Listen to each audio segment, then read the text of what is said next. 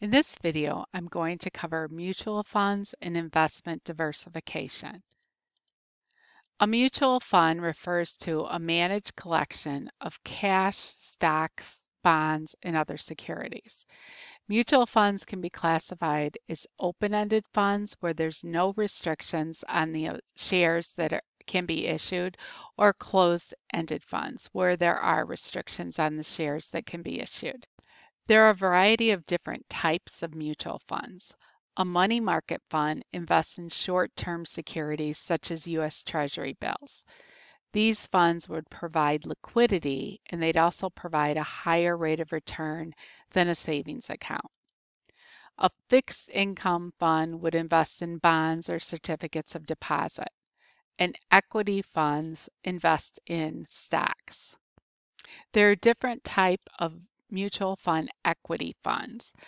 An index fund aims to achieve a return that meets a particular market index, so it would track the performance of a group of stocks. Income funds refer to funds that invest in stocks and pay regular dividends. And growth funds may not pay regular dividends on a regular basis, but they're a good investment if you're looking for large capital gains. Balanced funds will combine stocks, bonds, and sometimes they'll have a money market portfolio. These types of funds will help to even out the volatility that can occur within a fund that just invests in stocks or equities. So how does a mutual fund work? The mutual funds are operated by a fund manager, and that manager will pool investors' money together and then invest in stocks, bonds, money market instruments, or some combination. If you invest in a mutual fund, you become a shareholder of that mutual fund company.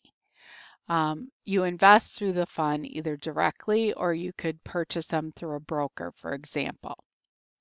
Dollar cost averaging is an investment strategy where you're putting a consistent dollar amount into the investment at regular intervals over a long period of time. So in essence, you would allocate a certain percentage of your paycheck. In every single pay period, you would put that percentage in the investment account. Mutual funds can pay dividends on the stocks. They can also pay interest. There are capital gain distribution. That means when the fund decides to sell a security that's increased in value, that increase would result in a capital gain. A net asset value, or the book value, refers to the market value of the fund minus any expenses of the fund or liabilities. The book value can also be expressed as the price per share. A no-load mutual fund is a mutual fund that does not charge a sales charge or commission rather. Why would you want to invest in a mutual fund? A mutual fund gives you professional money management. So you have a full-time manager who resources and makes and monitors the investments. It's simple. The minimum investment that you can make in a mutual fund can be small relative to investing in individual stocks on your own, and you're getting economies of scale. Transaction costs for buying and selling are lower for fund managers because they're trading large amounts of securities. Because the funds are made up of many different types of investments, you're getting a lot of diversification, more diversification than you could likely achieve on your own. Mutual funds give you liquidity, meaning the shares can be converted to cash at any time.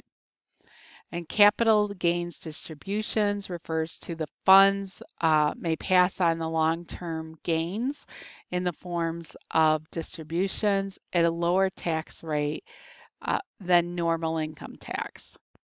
You want to be sure before investing to analyze the fund's performance. So how has the fund performed over time? You can read what financial experts are saying. You can research the fund manager.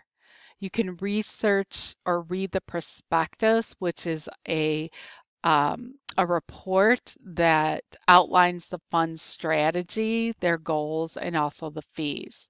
And you can compare using consistent measures.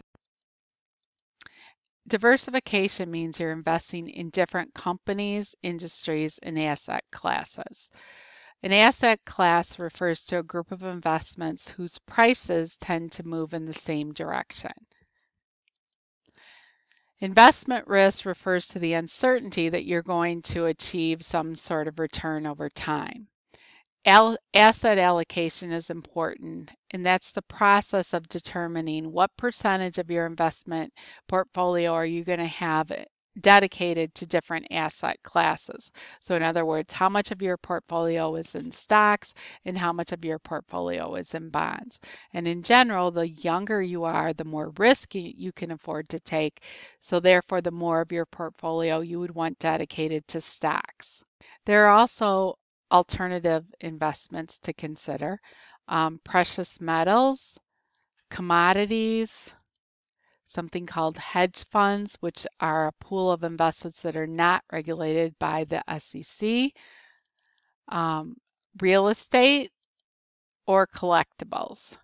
You want to consider various economic factors when considering investing in financial markets. So you want to consider inflation, interest rates, what's the employment outlook, and what's the projected economic growth.